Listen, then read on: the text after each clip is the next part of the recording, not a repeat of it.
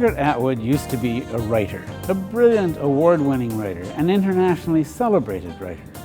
But after her 30-year-old book, The Handmaid's Tale, became a worldwide phenomenon as a streaming web series, she became a rock star. The launch of The Testaments, her sequel to The Handmaid's Tale, was streamed to more than 1,000 theaters around the world, and the 79-year-old author set off on a grueling global tour.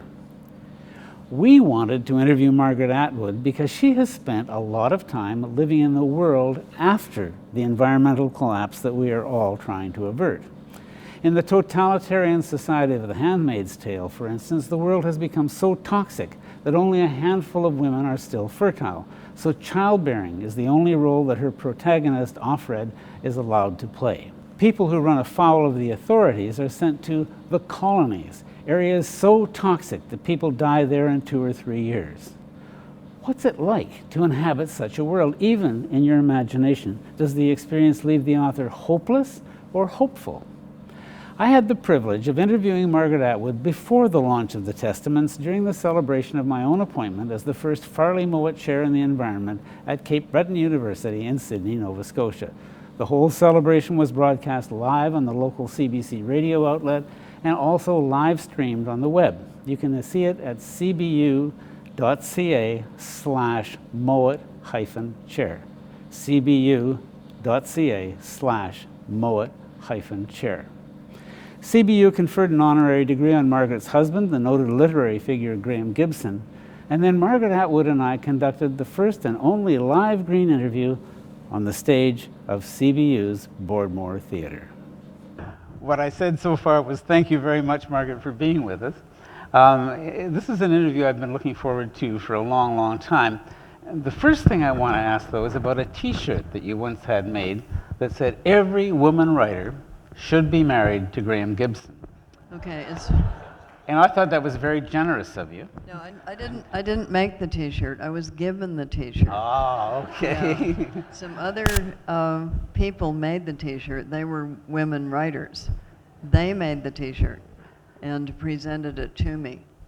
Actually, I think they presented it to Graham. Well, maybe that, what I wanted to know was what did he do to deserve that? Because I'm married to a woman writer, and I think the kudos that he got from that T-shirt are far harder to obtain than a mere Doctor of Letters. Which I think they're very hard to obtain, but these were women in the United States. So what did they know?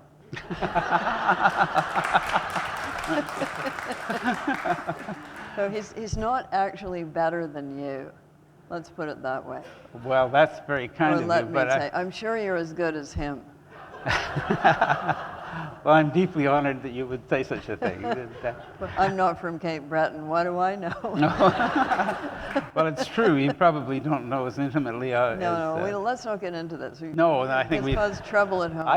When I read that, I thought to myself, I'm married to a woman writer.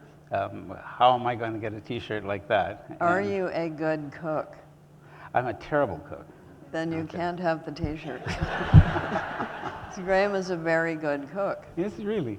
Yes, Yeah. He did a lot of cooking and he was very good at it. So that's maybe a hint to you. Maybe what I should do is get a T-shirt made for Marjorie that says every male writer should be married to Marjorie Simmons. I think that would get you a lot of points if you did that.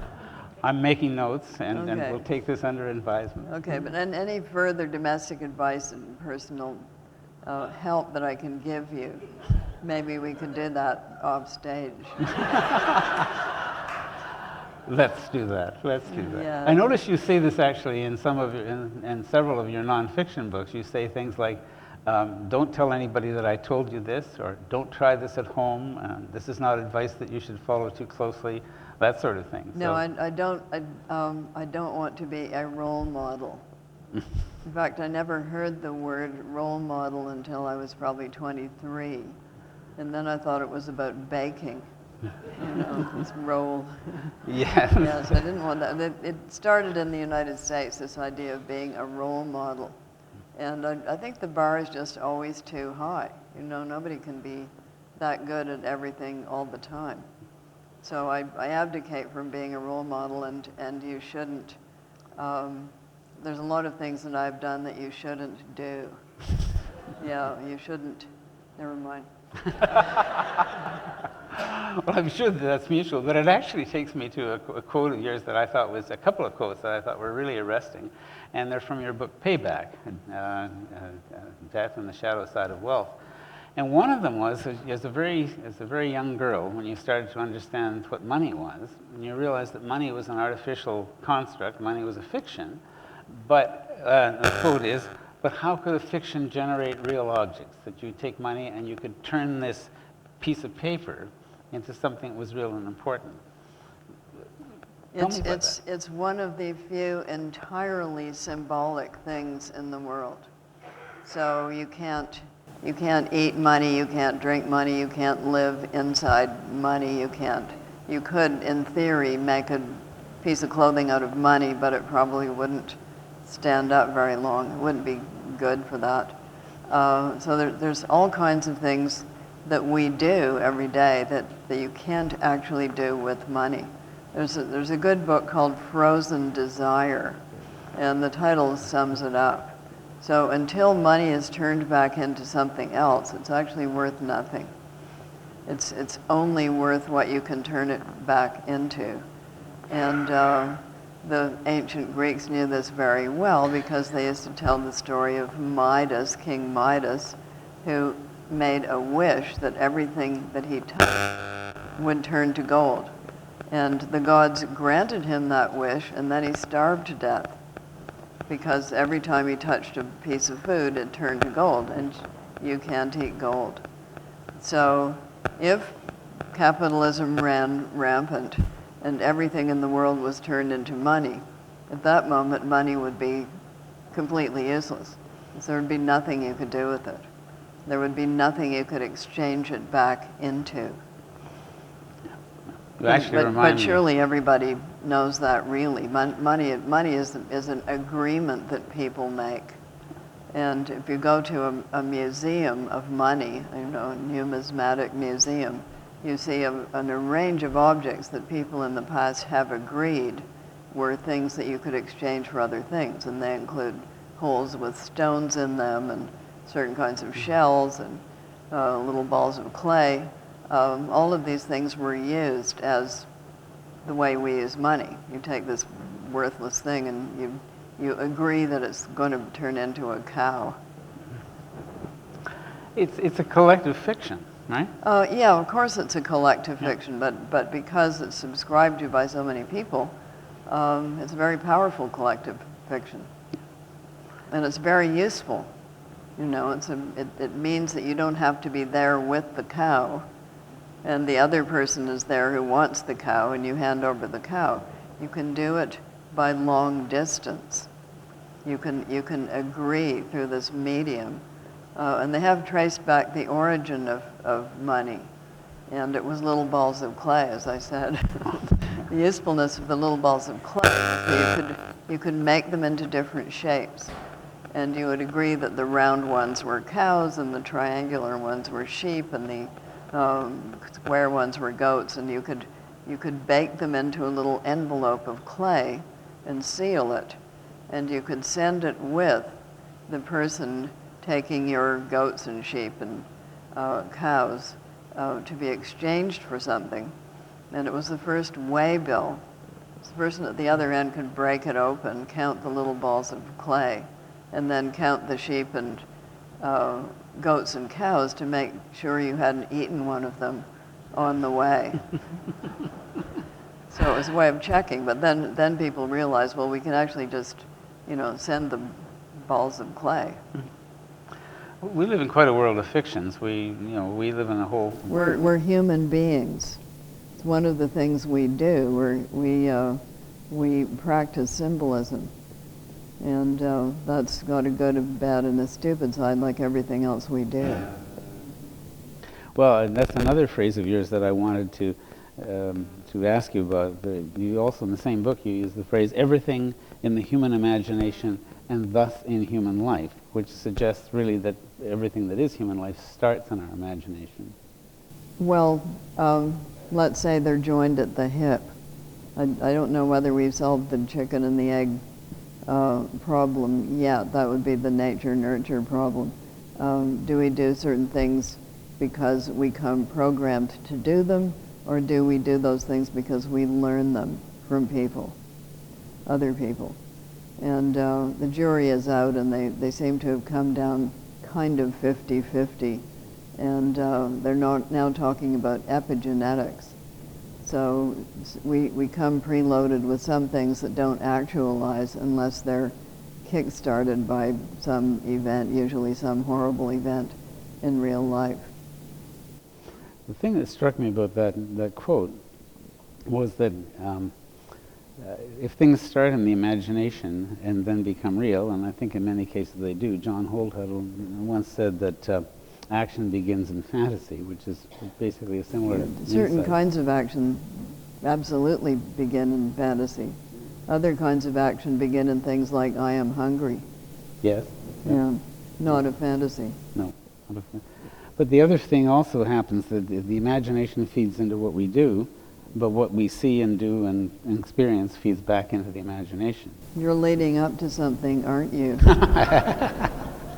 You've done this before, haven't you? But not with you. Well, that's true.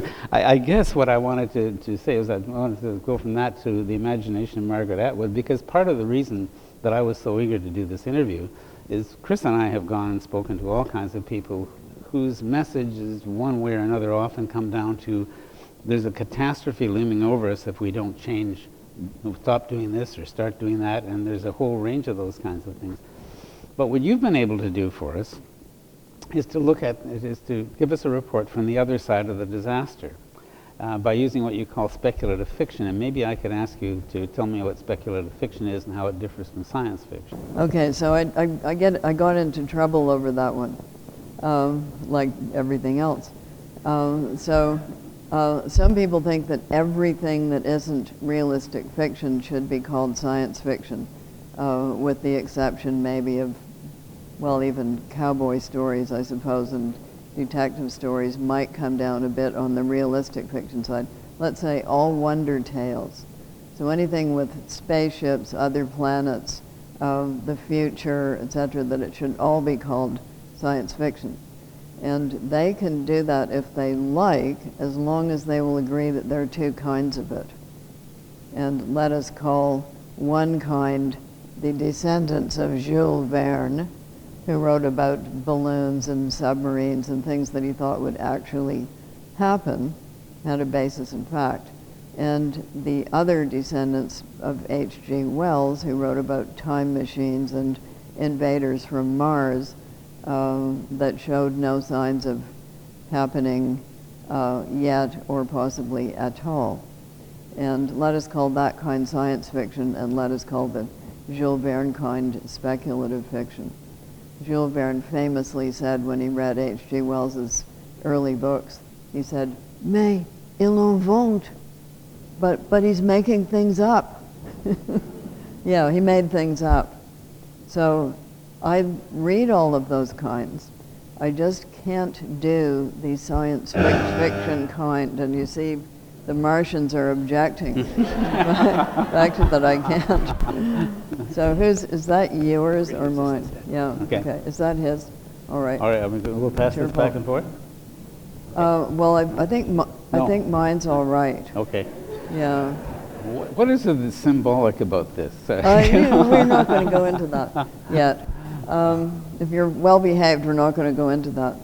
Okay. So the sci-fi and also there's sci-fi fantasy, and that would be with dragons. So Game of Thrones is sort of historical fiction fantasy with dragons and walking ice zombies. So it's Richard III, but with dragons and ice zombies, as it were. Everything is sort of mix and match, is it not? And vampire tales, you wouldn't exactly call them sci-fi. You wouldn't call them science fiction, although some people would. Nor would you call them speculative fiction. You would call them vampire tales. And same goes for werewolves. Right. Dr. Jekyll and Mr. Well, we won't wander off into the bushes here, but Dr. Jekyll and Mr. Hyde has some claims to be sci-fi because there's chemicals involved. Right, right. You see what I mean? I do. You get into difficulties. But the kind that I can do, because I can't do the other kinds. I read the other kinds, but I can't do them. I'm bad at them. I tried. You don't want to read the results because they're not good.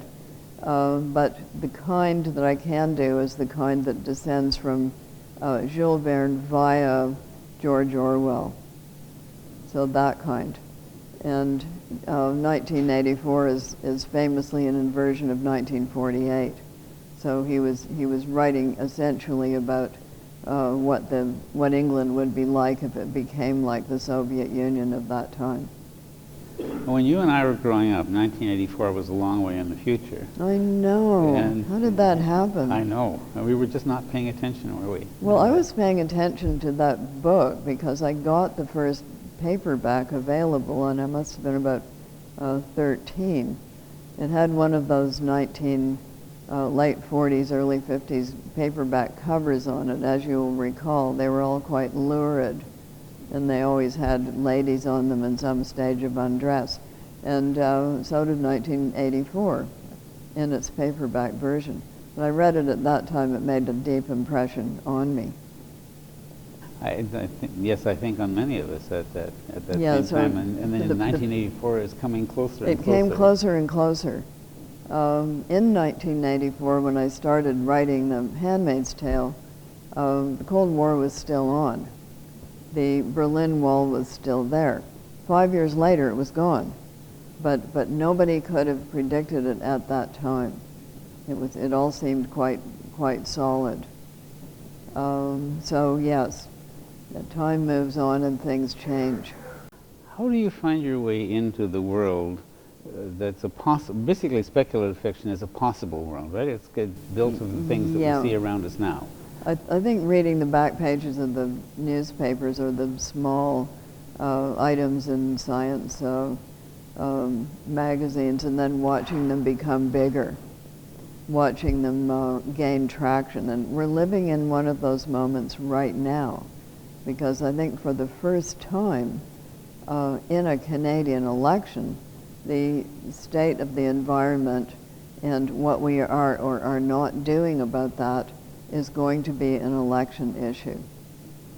So it's not going to be a question of who's got the best environment plan. It's going to be who's got an environment plan at all. And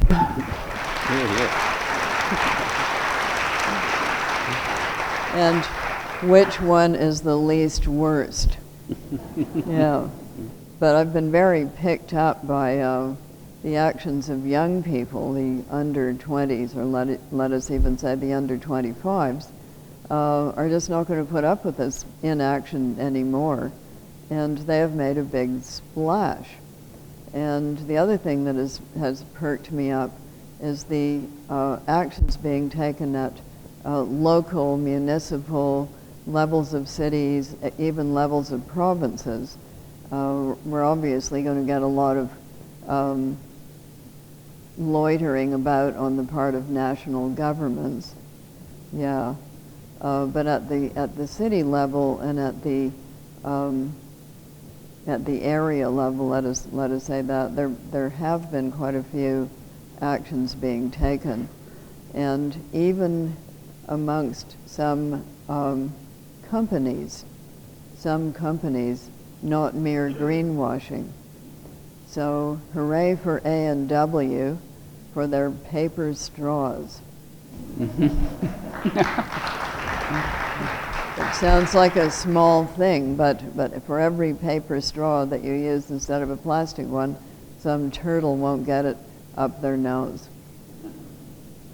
It's still a very small point, but do you get the sense sometimes as you watch the news of a certain unreality that we are really in this colossal crisis?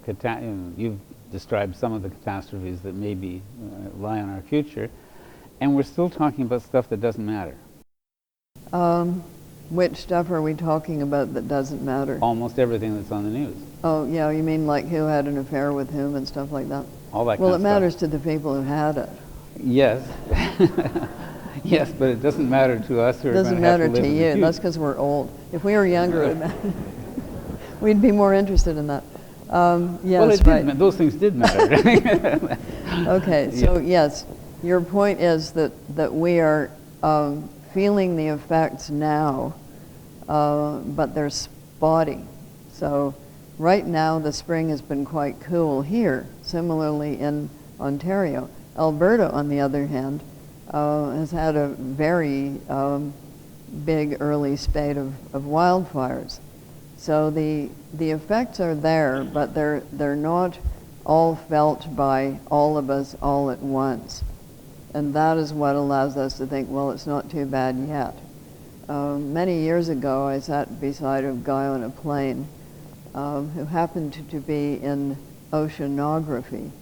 And he said it was very easy to measure global warming because all you had to do was measure the average height of waves. Really? That's all you had to do. Because as things warm, heat rises more, winds blow stronger, waves get bigger. And I gather there was pretty conclusive evidence at that In point. his mind, at that time. And if you go up north at all, there's no question. You see where the glaciers were, and you see where they are. If you go over the top of Greenland, you see the great big giant blue lakes in the summer that didn't used to be there. So that is just, you can't deny that. Well, this is what strikes me as I watch the news, is that you see all this evidence of what the overwhelming scientific consensus tells us is happening. And you see, basically life going on as normal, and people saying, well, we have to do something about economic growth. We can't do things that would affect economic growth. Nobody wants to believe. I don't want to believe it. I would rather not believe it. Yeah, so would you. You would rather not believe this is happening. So anything in nature is basically conservative. And fish didn't learn to walk because they wanted to walk. They learned to walk because the big flat puddles were drying up. So you don't change usually unless you have to. We prefer things to stay as they are because we know the rules for that. And if things change, you're going into a future in which you don't know the rules. You don't know how to handle this new future that's come along. And you would rather have things stay the way they are. We would all rather be living in 1955, at least not all of us, but some of us would rather be living in 1955 when we didn't have to think about any of this. We started thinking about it pretty seriously in 1972 with the report of the Club of Rome, which laid it all out, and then nobody did anything because they were saying in 40 years and 50 years. Well, that was a long time away then. And it does no good now to say this will affect your grandchildren. They're really cute, but we'll be dead. That's what people basically secretly think. That's what they think. But instead, it's not your grandchildren. It's not even your children. It's you. It's now affecting you. It's now affecting me. How much plastic have we got in us right now? I think David Suzuki says at least a pound in each of our bodies. A pound of plastic. Yeah, in each of our bodies. It's kind of scary. Where is it located? My guess is, well, okay, the bad part I is, think that may be one of those so if I questions lose 20 pounds, is it going to be one of those pounds? Or will that pound of plastic stay and it will just become bigger in proportion to me? I think that latter is probably more like it, but you'll keep on ingesting plastic and you won't. And finally, I will be all plastic. Yes, Is that yes. it? And, this is the Tin Woodman story.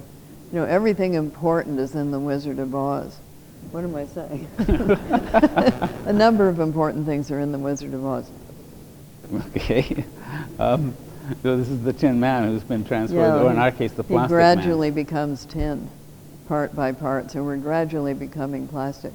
But the really short story for people, and they can grasp this if you explain it very carefully to them, which I usually don't, but I'm going to try.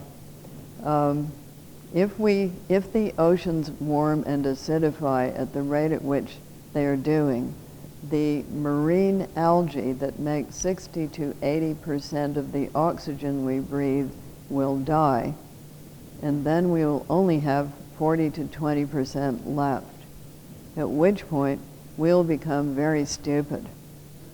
We'll become even more stupid than we are, after which we'll have a lot of car crashes, and then we will die. That's the short story. Yeah. Okay. I guess and the whole issue of plastics too. I mean, I'm also. Well, that's helping the oceans go pear-shaped. Yes, yes. Well, and we have predictions that by 2050 there will be more plastic than fish in the ocean by weight. And by 2100 it will be all plastic and no fish.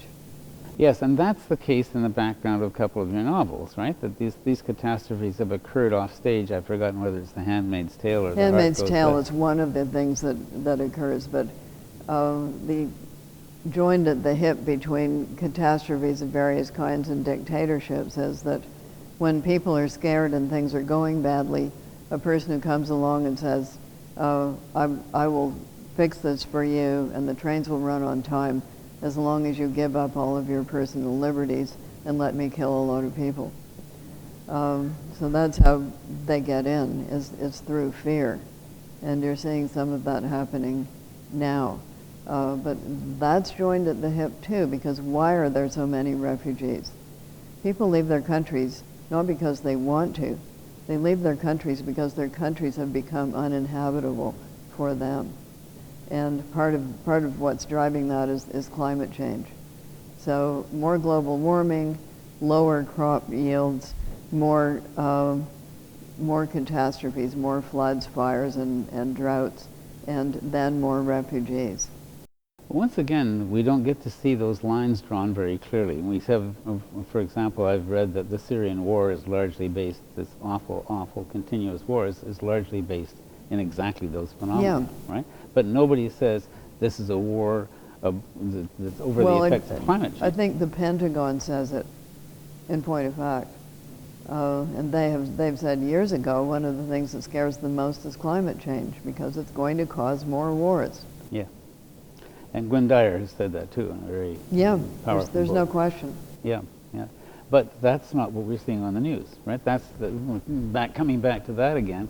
We don't seem to see this in public discussion very much that says this traces back to here, and that's where you have to start thinking about change. Well, the news as news is usually about single events that happened today. And the thing about what you're talking about, these are longer term processes. So they're not news. They should be on public affairs programs, and they are increasingly. And it's not now that people don't know about these things, and that's why I said, for the first time in a Canadian election, this is going to be an election item. It's because enough people now know it.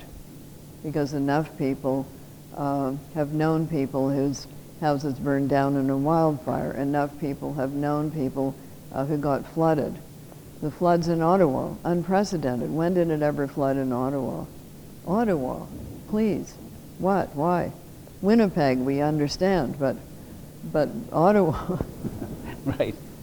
What's to flood? Well, we thought there was legislation against it anyway, right? That's no more floods. Yes, yeah, right. That's right. So, yeah, it's scary. Well, it is, and Great Lakes are the highest they've ever been in our memory. Mm-hmm. Mm-hmm.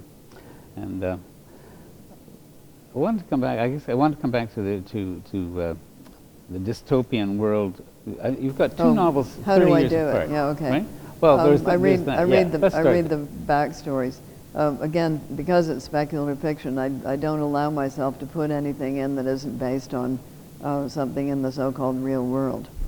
And I was stringent about that in The Handmaid's Tale, because I didn't want to hear, "Oh, Margaret, you have such an evil mind. You made all these bad things up."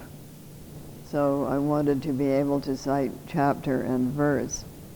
People have done these things to other people, and here's when and how. So that was the rule for that, and the television series is following it, by the way. With Oryx and Crake, again, when two or more bird watchers are gathered together, they usually end up talking about extinction. And that novel came out of a bunch of bird watchers watching birds in Australia and watching some pretty rare birds, and then discussing how long we thought it would take before they would go extinct and what was driving those extinctions. So the character in Oryx and Crake, the Crake character, decides that human beings cannot be counted on to reverse the process. So since we now have genetic engineering, and since I wrote that book, we've got even better genetic engineering. We've now got CRISPR. We could do it. We could do it. He genetically engineers two things. Number one, a vastly improved human being who is lacking some of the things that drive us, but has enhancements that means that these new improved human beings don't need a lot of the things we do. They've got built-in insect repellent and sunblock. Wouldn't you like those? You would. So they don't need to wear clothing. And the fashion industry, I think, accounts for 10% of carbon emissions, by the way. So do away with clothing. They don't need, therefore, and they can eat leaves like rabbits with some of the side effects of eating leaves that rabbits have. Does anybody here know what those? Well, I put them in. I was biologically accurate. Yes, there are fecaliths involved. So they eat leaves, and they don't therefore have to have agriculture. And they don't therefore have to have territory to have the agriculture on. So they're not territorial in that way, and they have no need therefore to have territorial wars. And by the way, they're completely vegan, so they don't need to herd or hunt animals at all. And even better, they don't have any sexual jealousy. There are no incels among them, because everybody has sex.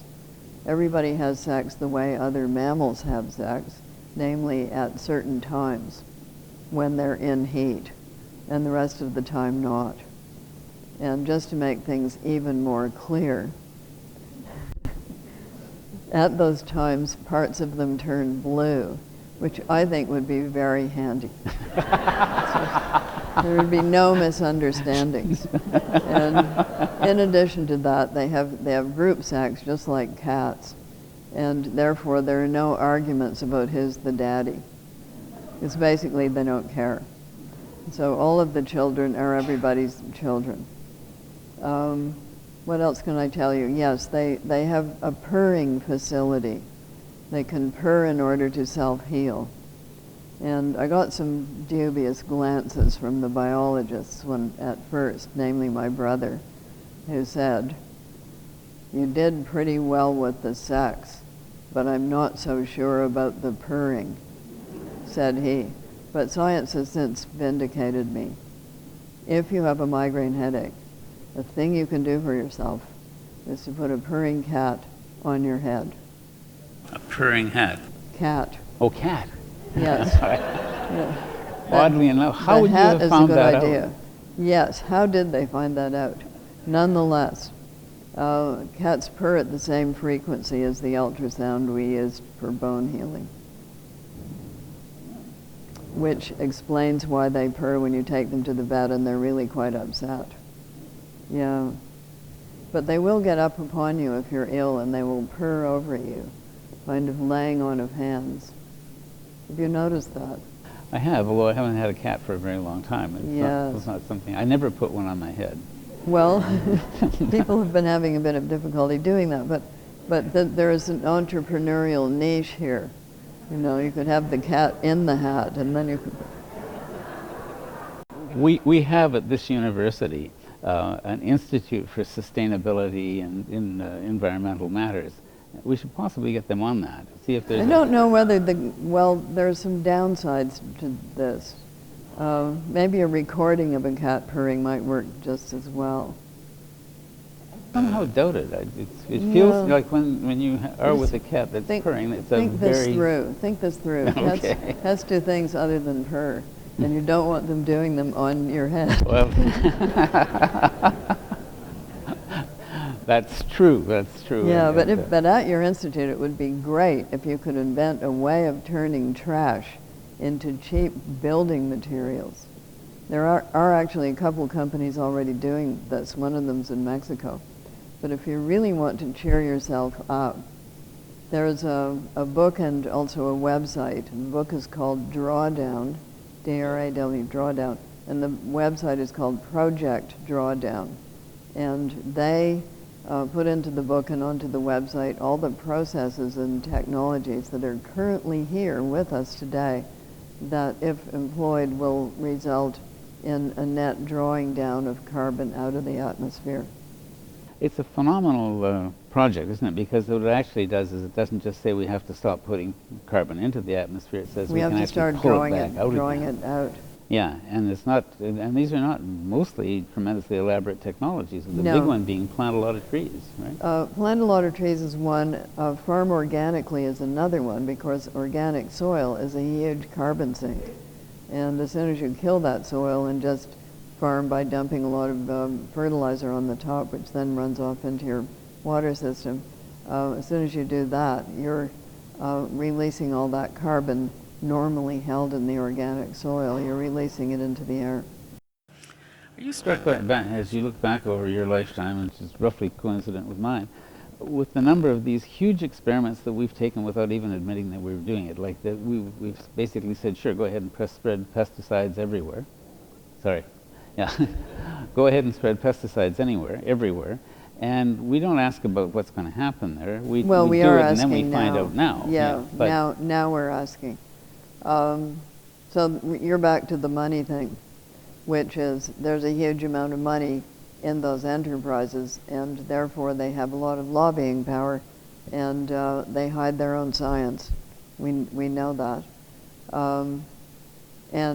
And you're up against a monolith, but a lot of progress has been made in, for instance, stopping certain of the bee killing pesticides. The thing about pesticides and herbicides and all of these things, which people have known for a very long time, is that you use them and they're 98% effective, but 2% are resistant to them. And those are the ones that then reproduce. And then you end up with a resistant strain that you can't kill. And it's happened with antibiotics too. We're now in that zone. People are scrabbling around for new antibiotics that haven't developed resistant strains of bioforms. So that's what happens. It just strikes me that over and over again we say, I shouldn't say we say you can do this, but we allow things to be done that have fairly predictable consequences, and we do a massive experiment on the world we live in, and then say, oh my goodness, it didn't work out very well. Yeah, they're only predictable if you're looking at those consequences. And quite often people get very excited by their new discoveries, and also by the enormous amount of money they're going to make. And they also get, they can get desperate. So if the new invention is to solve a problem that is causing a lot of desperation, we will use that because it's part of our makeup to go for the low-hanging fruit. Or let us say that the ancestors of ours who said, let me keep this pear for 60 years and eat it later, those aren't our ancestors. No, that's right. That's right, those are the ones that disappeared. You obviously have number one, I'm struck as we talk about that you're much more hopeful and much more positive than one might have expected, given some of the bleakness of what you've written. Well, hope is built in. So those of our ancestors who thought, why bother getting up today because there won't be any gazelles? Those aren't our ancestors either. Right. So it is hope that gets us up in the morning. I hope there will be something interesting happening today. And it's also hope that keeps us going through some pretty bleak times. I hope I can get through this, whatever it may be. So yeah, I think it's a human thing to be hopeful. It doesn't always work out, but if you don't have any hope, you don't do anything. So you need hope even just to begin. And like you, I expect, I got a lot of people saying to me, what can I do? It just seems like these problems seem so huge. I don't know where to begin, and surely nothing I do can make any difference. And to those people, you have to say, begin at the micro level. You know, begin with your own world and things that you can control yourself today. So I was quite cheered to find that the breakfast plates in the hotel in which I am staying here are made of paper. And it says on those plates, recyclable, renewable. So a little while ago it was the hotel saying, don't just throw the towel on the floor. Now that worked for them too. They had to wash fewer towels. They made money out of that. So if you can present people with an option that's a greener, better option that is price competitive, they will do it. They will. If you say to anyone, if I could get you an electric car that was price competitive with other cars that you could charge by plugging it into the electricity, and if you could generate that electricity with solar and store it in your house in a power wall, and that was price competitive too, would you do it? Everyone says yes. I haven't had anybody say no at all. So if this is on offer, people will do it, and that's what makes me hopeful. That's terrific. I mean, if somebody says to me, what gives you hope? I would say the green interview. We've had 100 interviews with people who are all basically saying that kind of thing. It's major. Nobody says, no, I'm going to stick with gasoline because I love the smell. I mean, nobody actually says that. And I love the way it blows up when you look. Yes. One of the manifestations of hope in Margaret Atwood has to be the fact that you've written a novel, a novel that cannot be read until 2113. Right? Yes, this is the Future Library of Norway project, and it's almost like a fairy tale. So a forest of trees was planted in Norway that will grow for 100 years, and in the 100th of those years, all of the 100 manuscripts that have been contributed over those years, one a year by different authors around the world, only 2 copies, nobody's read them, and they've all been collected somewhere in Norway. Those boxes will all be opened, and enough paper will be made from the trees that have grown to print the anthology of the Future Library of Norway. So think of all the hope that is involved in that. Number one, yeah, we hope the trees will grow. We hope there will be a Norway. We hope there will be people. We hope the people will still know how to read. We hope the people will still be interested in reading, and we hope that the boxes with the manuscripts in them will have survived. I did add something to the project. I was the first one.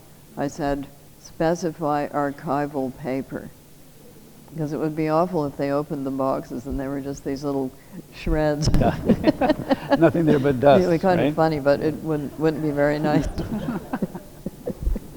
You have to love the Norwegians. I mean, they are so good at these kinds. They have the biggest penetration, I think, of electric cars in the world. There are a lot of Teslas there, but they also did something smart that we didn't do, which was they had oil, and they set aside, and they got a decent royalty payment for it, unlike Ralph Klein. And they put that aside into a fund, and they've got this big saving up fund, because as they say, we know it's going to run out.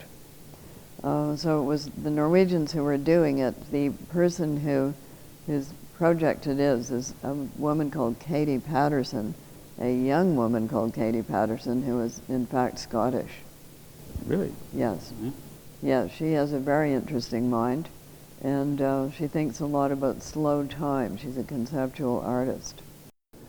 No, but she's not the head of the Sovereign Wealth Fund that you're talking about, is she? No, Is she's the inventor of the Future Library of Norway. Okay, got it. She's the person who dreamt up the concept.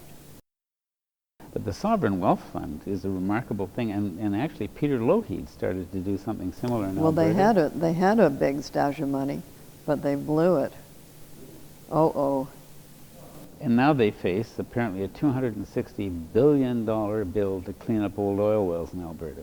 And hands up who think that's going to happen. Yeah. I don't think so. And it'll be done by the people who benefited from the oil, right? It'll be the oil companies who will do it, won't it? You think? People in Alberta tell me that. You're very hopeful. Yeah. Not entirely. But I understand that there was a great project right here of covering up the big pool of sludge. The tar sands. Yes. Yes. Yes. There is, and I've been driving over it more or less every day for the last few days. It's now a big piece of parkland right in the middle of the city. So it can be done. Such things can be done. Absolutely. That was, I think, was the Canadian Love Canal. That was the most toxic spot in the very whole country. toxic. And I've driven over it twice today. And you're still here. You didn't fall in or anything. Although I'm a little worried about what's happening with this ear, you know. It doesn't seem to be quite the same as it was before. One thing I really do want to talk about is The Handmaid's Tale is 30 years later you wrote another book that in some respects is like The Handmaid's Tale. It's the Heart Goes Last. And I haven't heard as much discussion as that as I have of some of the other books, but I thought it was really interesting, and I'd like you to comment on how your vision of these things has changed a little. Like the first one is about basically the central character is a woman. In the second one, the central characters are a couple. In both books, there's this penetration of the political reality right into the center of the marriage. In The Handmaid's Tale, I'm going to call her June, but I don't want to call her Offred, but the central figure suddenly finds herself deprived of her property, her bank account doesn't work, her credit cards are all finished, and she senses that her husband is not entirely distressed, that she now belongs to him instead of them belonging to each other. And there's a similar sort of thing in the second book, where the wife actually discovers that what she's been doing under the guise of healing is actually dispatching people who will then be harvested for their organs. And then one of the bodies on the table is her husband. What do you do then? Exactly. No spoilers. No. No, but it's fascinating to me how the political becomes a part of the personal in those, so intimately becomes part of the personal. Yeah, so when were you born? I was born 2 years earlier than you in 1937. Well, then you know that we were born right into the middle of World War II. Yep, absolutely. Yes, we grew up in the middle of World War II, and for that reason I've always been interested in totalitarianisms. And I recommend a new book which is called Fascism, A Warning. It's by Madeleine Albright, and she runs down all of them up to and including our present day. She uses fascism a little broadly. I would say totalitarianism, but she covers those of the left, those of the right, those of the what would you call it, and they all have a lot of things in common. And it's always been of interest to me to wonder how an ordinary person, such as you or me, would act when faced with some of these choices. You know, do you become a true believer in whatever is being proposed? Do you get the outfit? Do you salute? Do you do that on the outside while not actually believing it? Do you join the underground? Do you hide people in your cellar by also risking your life by doing that? How would you actually react? And nobody knows that until they're there. So yes, I've put various characters into those positions to see how they would react. And I'm also old enough, as you are too, to have known people who went through those, through the war. Farley was one of them. And so was Jack McClelland, a swashbuckling type of publisher. And a swashbuckling type of naval and officer. a swashbuckling type of naval officer. But a number of these people, and Graham's father, in fact, was a general in the Canadian Army in World War II. But after the war, I also knew people who had, number one, escaped, and number two, been in resistance movements, both in France and also in Poland. Some of those actual people. And some of them were quite young when they were doing this. So that by the time I knew them, they were really only about 40. 40, 41. Yes, exactly. And those are fascinating stories. But one of them said to me, pray that you will never have the occasion to be a hero. Because occasions in which you are a hero are usually pretty dire occasions. And pray that you're never put in the position where you actually have to come to the test on these. Well, these tests are often pretty gruesome. But again, the reason for, I joined Amnesty before we were involved in setting up PEN. And that was in 1970. And then we went through quite a number of these things, including the Argentinian generals and including Pinochet in Chile and a number of things in Latin America. And along came Cambodia, another one of those. Along came the Rwandan massacre. There have been a number of them. And we're right now seeing the rise of more of these strongmen types of governments. And they have another thing in common. One thing they have in common is they all want to roll back women's rights. But another thing they have in common is they all want to be climate change deniers.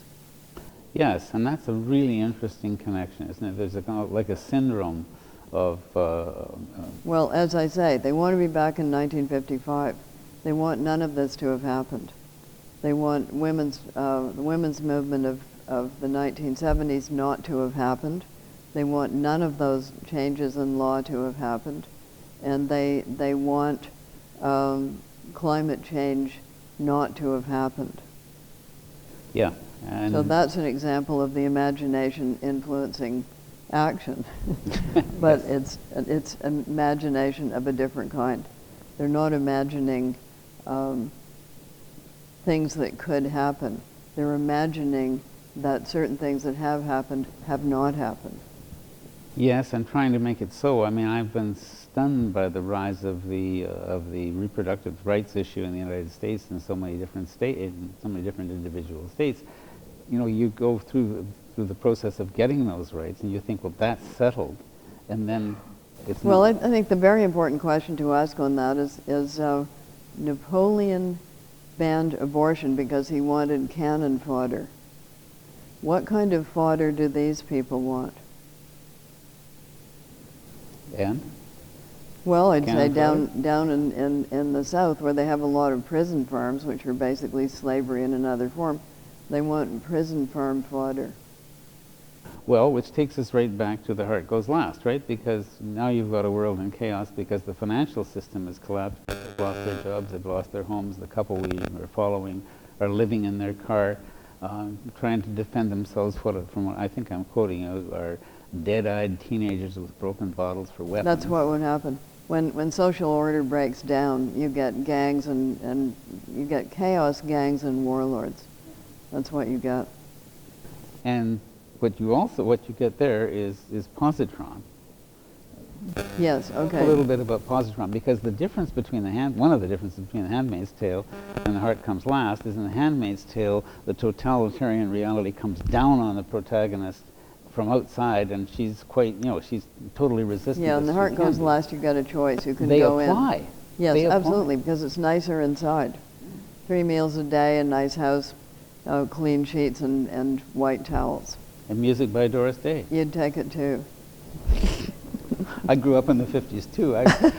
My version of hell would include soundtrack by music of the 50s. You know? There you go. Yeah. So nostalgia. So essentially, positron is a prison system in which every month you change places, so that you get to be a prisoner 1 month, and then the next month you get to be an inhabitant of the town. They have to get rid of the real prisoners because they're too disruptive. But apart from that, it's full employment, because you're either being a prisoner or else you're working in the bake shop or something like that, repairing motorcycles. So it's very balanced, and nobody is, there are no homeless people. The trains run on time, except there aren't any trains. So you do have to renounce quite a bit of personal freedom, but what price personal freedom if you're living in your car with everybody else trying to get your car away from you? So people make these choices and apply to positron and become part Why are of the you so interested in this book? It's not particularly environmental. Well, like all of these, I shouldn't be quite so sweeping, but the background of the books tends to be catastrophe, and catastrophe sometimes environmental, sometimes financial, sometimes other things. I think but they're always joined. You know, they're always, for instance, the 30s. The 30s was a financial crash, yes, but it was also the Dust Bowl. So that's what made it such an ongoing and inclusive crisis. And that's, you see, I guess that's what interests me, because that's the other end of the environmental crisis that we're being told we face. What's it going to be like on the other side if we do get through it in some form or other? That's a land that you've visited and very few other people have. Yeah, that would be, well, there's a long history of these kinds of books. So Jack London wrote one in about 1900. There was one called The Purple Cloud, in which everybody was wiped out by a purple cloud. Of what, we were never told, but it was purple. There was one called The Last Man on Earth. They have been doing these kinds of scenarios for quite a long time, and they go back to flood stories. So the Noah's flood story is just one of a number of flood stories, possibly kicked off by the sudden flooding of the Black Sea, which we know occurred with people living in a valley, and then all of a sudden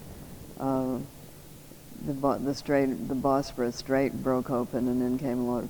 I'm very interested right now in something called Doggerland. Do you know about Doggerland? Okay, Doggerland, the place, England used to be joined onto Europe by this swath of land called Doggerland, and people were living on it. They discovered this because they started dredging up stuff from the North Sea that showed human habitation had been going on down there. And so the people living on Doggerland were faced with a very sudden catastrophe, which was caused by the sudden eruption into the ocean of a whole bunch of water that had piled up behind ice dams in North America. So when the glaciers were melting, there was all of a sudden this huge inpouring of water that swamped Doggerland. Is that what's now known as Dogger Bank? Yes. Okay, it's an underwater Yeah, it's a shallow place. Yeah. But it used to be an above water place, which had trees and people and wildlife and spear points and all of those kinds of things going on. Do I expect a novel now set in Doggerland? No, I think people have already been writing about that one way or another. Yeah, no, it's just really interesting that these things that we consider settled states, you know, pieces of land that we consider permanent, everything's moving around all the time, and that can be quite spotty. That is, Doggerland got inundated, but on the other hand, lots of other places didn't. Yes, right. The catastrophe is in this place and not that one. We've run up against the concept over and over again in these interviews of people which Daniel Pauly, a wonderful marine scientist at UBC, calls shifting baselines. So that we are born into a certain kind of world, and we think that's normal. And we don't realize the depth of, like, for example, you're born into Nova Scotia today and you see this little tiny forest. And you kind of think it takes you some time, and a lot of learning, and before you realize that there used to be a huge forest here. Exactly. Used to be enormous. But now this one seems normal. Yeah, and if you see pictures of, for instance, Ontario in say 1800, there were these enormous first growth forests, which aren't there now because they were all logged. The Dean of Science here used to be Stephen Manley, was a forester who was trying to recover and to preserve what remained of the original Acadian forest here. And I once said to him, have human beings ever encountered a great forest and failed to destroy it? Yeah, there's one in Poland. Steve didn't know about that one. He said the last remaining one he thought was the boreal forest in northern Alberta, and we were doing our best to turn that into toilet paper and chopsticks as fast as we could. Yeah, well, there is one in Poland, as I understand. However, on the positive side, apparently one of the fastest, quickest, and easiest things you can do to draw down carbon from the atmosphere is to regenerate degraded tropical forests. And how hard is that to do? It's not that hard, but you have to get the concession to do it, and you have to stop people burning. Forests and forest debris. Great. I don't know. I thought I would somehow be able to see a clock and that somebody would wave at me, because for this being the first evergreen interview and being broadcast live, we don't normally face constraints. We would talk until we didn't feel like doing it anymore. Is that what you would do? Yeah. Okay. He's still rolling, but I think we may have a problem from the CBC's point of view. So yeah, we've got lots of problems. And that's one of them. But we still have hope. Right? Yes, we have lots of problems, we still have hope. And I did say a couple of hopeful things at the beginning, and I'll say them here again at the end, that the big hope right now is this new generation of young people who really understands what we're facing. And they are taking action, and they're going to force politicians to take action. So if you want to do one single thing, write your member of parliament and say, this is going to be an election issue. And I voter, will vote for the person who's got the least worst environmental plan. I think that's a very good injunction for all of us, and we can do that in meetings as well, and other ways of putting the pressure on. And I think you've also been a big supporter of Extinction Rebellion, which is a group of somewhat older people who were... Extinction Rebellion are these young people. Okay, because I was seeing a number of older ones. Other people have joined them, but it kicked off with the high school girl. Greta Thunberg? Yes, so that's where it got going. And I think the activists in the United States, the young people, started with the gun control issue. And they haven't let up on that, but they also are looking at the environmental implications. Well, I think the gun control thing showed what the power that they inherently had, and that it showed them that they had some power, and that's a big issue there. But what is a big issue for the world is the impending bio catastrophe, and the reason that strongman governments like each other is that they can all get together and decide they're not going to act. And because they've repressed their populations and nobody can have these kinds of meetings in unfree societies, they just build however many coal plants they want. We're very lucky, but that shouldn't make us too smug.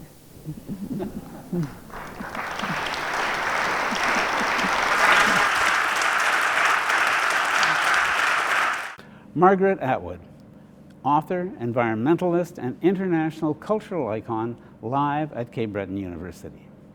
The environmental crisis affects everyone, and artists respond memorably through their art. If you found this interview stimulating, you may want to look at our interviews with painters Robert Bateman and Frankie James, composers Scott McMillan and Eugene Friesen, and poet Brian Brett. For The Green Interview, I'm Silver Donald Cameron. Thanks for joining us.